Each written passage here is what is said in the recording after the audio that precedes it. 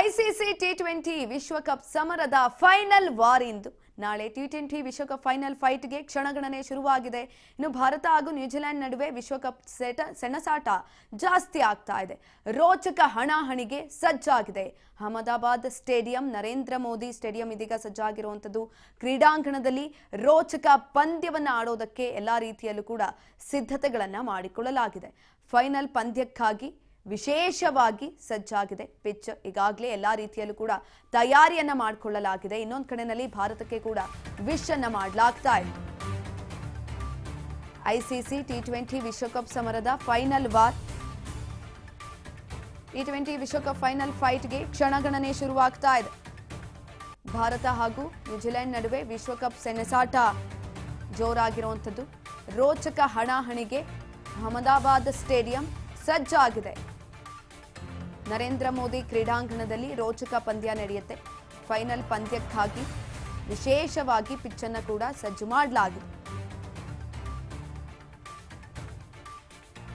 T20 ವಿಶ್ವಕಪ್ final ಫೈಟ್ಗೆ ಕ್ಷಣಗಣನೆ ಶುರುವಾಗಿರುವಂಥದ್ದು.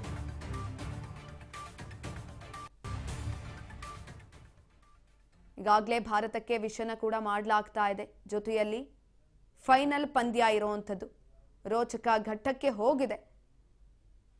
Ahmedabad stadium ಸಂಪೂರ್ಣವಾಗಿ ಸಜ್ಜಾಗಿರುವಂಥದ್ದು. ಫೈನಲ್ ಪಂದ್ಯಕ್ಕಾಗಿ ಈಗಾಗಲೇ ವಿಶೇಷವಾಗಿ ಒಂದು ಅಭಿನಂದನೆಗಳನ್ನ ಜೊತೆಯಲ್ಲಿ ವಿಶ್ಗಳನ್ನ ಕೂಡ ತಿಳಿಸಲಾಗ್ತಾ ಇದೆ. ಸತತ 2ನೇ ಬಾರಿ ಟ್ರೋಫಿಯನ್ನ ಗೆಲ್ಲುವ ಕನಸಿನಲ್ಲಿ ಭಾರತ ಇರುವಂಥದ್ದು. ತವರಿನಲ್ಲಿ ಟ್ರೋಫಿಗೆ ಮುತ್ತಿಡುವ ಕನಸಿನಲ್ಲಿ ಟೀಂ ಇಂಡಿಯಾ ಇದೆ. ಇದೀಗ 10ನೇ ಆವೃತ್ತಿಯ ಟಿ20 ವಿಶ್ವಕಪ್ ಫೈನಲ್ಗೆ ಕೌಂಟ್ ಡೌನ್ ಶುರುವಾಗಿದೆ. ರೋಚಕ ಕದನಕ್ಕೆ ಕೌಂಟ್ ಡೌನ್ ಶುರುವಾಗಿರುವಂಥದ್ದು. ನರೇಂದ್ರ ಮೋದಿ ಸ್ಟೇಡಿಯಂ ಈ ಒಂದು ರೋಚಕ ಕದನಕ್ಕೆ ಸಾಕ್ಷಿಯಾಗುತ್ತೆ. ಚಾಂಪಿಯನ್ ಪಟ್ಟವನ್ನ ಗಿಟ್ಟಿಸಿಕೊಳ್ಳೋದಕ್ಕೆ ಕಿವೀಸ್ ಪಡೆ ಕನಸನ್ನ ಕಾಣ್ತಾ ಇದೆ. ಇನ್ನು ಮೊದಲ ಬಾರಿಗೆ ಫೈನಲ್ನಲ್ಲಿ ಕಿವೀಸ್ ಇಂಡಿಯಾ ಮುಖಾಮುಖಿ ಆಗ್ತಾ ಇರುವಂಥದ್ದು. ಗೆದ್ದು ಬಾ ಇಂಡಿಯಾ ಅಂತ ಕ್ರೀಡಾಭಿಮಾನಿಗಳಿಗೆ ಹುರಿದುಂಬಿಸಲಾಗಿದೆ. ಭಾರತ ದೇಶ ಫೈನಲ್ಗೆ ತಲುಪಿರೋದು ನಮ್ಮ ಭಾರತ ಎಲ್ಲರಿಗೂ ಸಂತೋಷವಾದ ಕಾರ್ಯ. ಆಗಲೇ 2 ಸತಿ ವರ್ಲ್ಡ್ ಕಪ್ ಹೊಡೆದಿದ್ದಾರೆ. ಇದು 3ನೇ ಸತಿ ಹೊಡಿತಾರೆ. ಅದಂತೂ ನಿಜ. ಯಾಕಂದರೆ ಆ ಥರ ಫಾರ್ಮಲ್ಲಿ ಇದ್ದಾರೆ. ನಮಗೆ ಹೋಮ್ ಗ್ರೌಂಡು, ಹಂಗಾಗಿ ಹೊಡಿತಾರೆ. ಇನ್ನೊಂದು ನನಗೆ ಅನಿಸೋದು ಏನಂದರೆ, ಲಾಸ್ಟು ವುಮೆನ್ಸ್ ವರ್ಲ್ಡ್ ಕಪ್ಪಲ್ಲಿ ಋತಿಕ್ ಅವರು ಅಲ್ಲಿ ಪ್ರೇಯರ್ ಮಾಡ್ಕೊಬಂದು ಹೊಡೆದ್ರು. ಅದೇ ಥರ ಇವರು ಪ್ರೇಯರ್ ಮಾಡ್ಕೊಂಡು ಬಂದು ಹೊಡಿತಾರೆ. ಅದು ಒಂದು ಕನೆಕ್ಷನ್ ಒಂದು ಇದೆ ಏನೋ. ಹಂಗಾಗಿ ಸಂಜು ಸ್ಯಾಮ್ಸನ್ ಫಾರ್ಮಿಗೆ ಬಂದಿದ್ದಾರೆ. ಡೆಫಿನೆಟ್ಲಿ ಫೈನಲಲ್ಲೂ ಹೊಡಿತಾರೆ, ಗೆಲ್ತಾರೆ ಕಪ್. ಭಾರತ ದೇಶ ಫೈನಲ್ಗೆ ತಲುಪಿರೋದು ನಮ್ಮ ಭಾರತ ಎಲ್ಲರಿಗೂ ಸಂತೋಷವಾದ ಕಾರ್ಯ. ಆಗಲೇ 2 ಸತಿ ಫುಲ್ ಖುಷಿ ಆಗುತ್ತೆ ಇಂಡಿಯಾ ಫೈನಲ್ಸ್ಗೆ ಬಂದಿರೋದು. ಆಮೇಲೆ ನ್ಯೂಜಿಲೆಂಡ್ ಚೆನ್ನಾಗಿರೋ ಟೀಮು. ಎಲ್ಲ ಬ್ಯಾಟರ್ ಎಲ್ಲ ಚೆನ್ನಾಗಿರ್ತಾರೆ, ಫಾರ್ಮ್ ಮಾಡಿದ್ದಾರೆ ಎಲ್ಲರೂ. ಅಭಿಷೇಕ್ ಫಾರ್ಮಲ್ಲಿ ಬಂದರೆ ಇನ್ನೂ ಜಾಸ್ತಿ ಹೊಡಿಬೋದು ಅಂತ ಅನ್ಕೊಬೋದು. ಬೇರೆ ದೊಡ್ಡ ಗ್ರೌಂಡು, ಅದಕ್ಕೆ 170 ಹೊಡ್ಬೋದು. 170-180 ಅಂದರೆ ಇಂಡಿಯಾ ಗೆಲ್ಲೋದು ಈ ಸರಿ ಪಕ್ಕನ ಅಲ್ಲ. ಬೇಗ ವಿಕೆಟ್ ತೆಗೆದ್ರೆ ಗೆಲ್ಲೋ ಚಾನ್ಸಸ್ ಜಾಸ್ತಿ ಆಗುತ್ತೆ. ಕುತೂಹಲ ಏನಿಲ್ಲ, ಇಂಡಿಯಾ ಗೆಲ್ತಾರೆ ಪಕ್ಕ. ಬಟ್ ಅಭಿಷೇಕ್ ಶರ್ಮಾ ಚೆನ್ನಾಗಿ ಹೊಡಿಬೇಕು. ಅವರೊಬ್ಬರಿಂದನೇ ರನ್ಸ್ ಬಂದಿಲ್ಲ. ಮತ್ತು ವರುಣ್ ಚಕ್ರವರ್ತಿನೂ ಬೌಲಿಂಗ್ ಚೆನ್ನಾಗಿ ಮಾಡಬೇಕು. ಅವರಿಬ್ಬರು ಫಾರ್ಮ್ ಚೆನ್ನಾಗಿಲ್ಲ, ಬಟ್ ಮಿಕ್ಕಿದವರೆಲ್ಲ ಆಡ್ತಾರೆ ಫೈನಲ್ಸಲ್ಲಿ. ಇಂಡಿಯಾದ ಬೌಲಿಂಗ್ ಬೆಸ್ಟ್ ಇದೆಯಾ ಅಥವಾ ಬ್ಯಾಟಿಂಗ್? ಎರಡೂ ಚೆನ್ನಾಗಿದೆ. ಬ್ಯಾಲೆನ್ಸ್ ಆಗಿದೆ ಟೀಮು, ಗೆಲ್ತಾರೆ.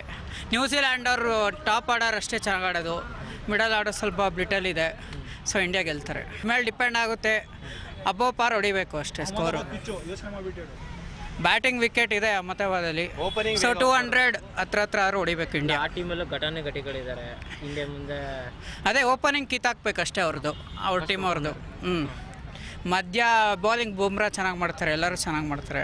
ಕಳೆದ 2 ಮ್ಯಾಚ್ ಚೆನ್ನಾಗಿ ಆಡಿದ್ದಾರೆ. ಸೊ ಇಂಡಿಯಾ ಗೆಲ್ಲೇಬೇಕು ಸರ್. ಅಂದರೆ ಇಂಡಿಯಾ ಯಾರದೇ ಮೇಲೆ ಆಡಿದ್ರೂ ತುಂಬ ರೋಮಾಂಚವಾಗಿರುತ್ತೆ.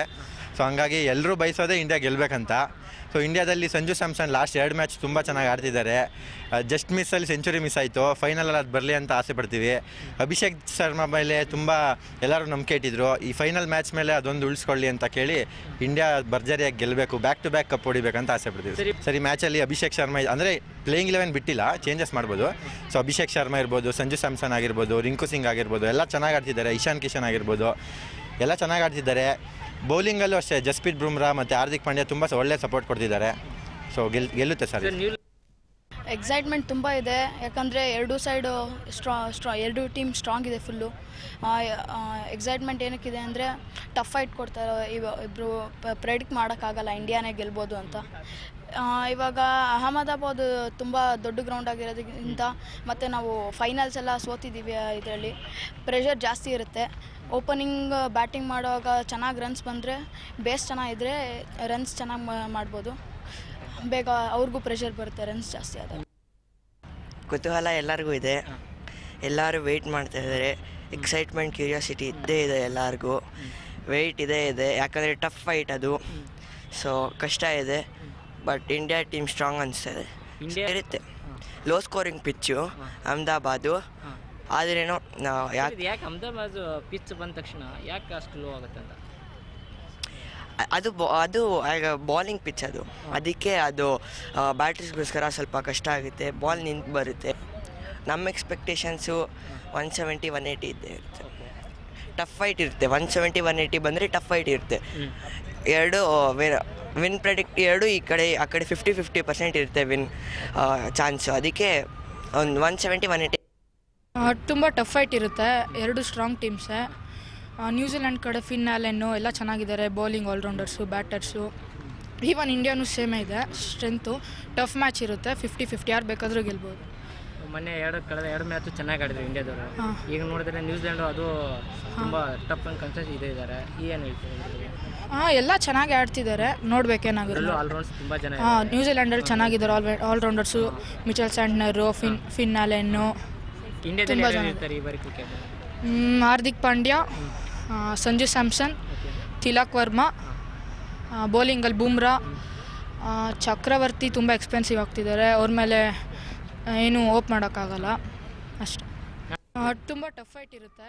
ICC T20 ವಿಶ್ವಕಪ್ ಸಮರದ ಫೈನಲ್ ವಾರ್ ನಡೀತಾ ಇರುವಂಥದ್ದು. ಈಗಾಗಲೇ ನಾವು ಚಿಕ್ಕ ಮಕ್ಕಳು ಕೂಡ ಮಾತನಾಡಿದ್ದನ್ನು ಗಮನಿಸಿದ್ವಿ. ಎಲ್ಲರೂ ಕೂಡ ಭಾರತಕ್ಕೆ ವಿಶ್ ಅನ್ನು ಕೂಡ ಮಾಡಿದ್ರು, ಗೆದ್ದು ಬರಲಿ ಇಂಡಿಯಾ ಅಂತ ಕೂಡ ಹೇಳಿದ್ರು.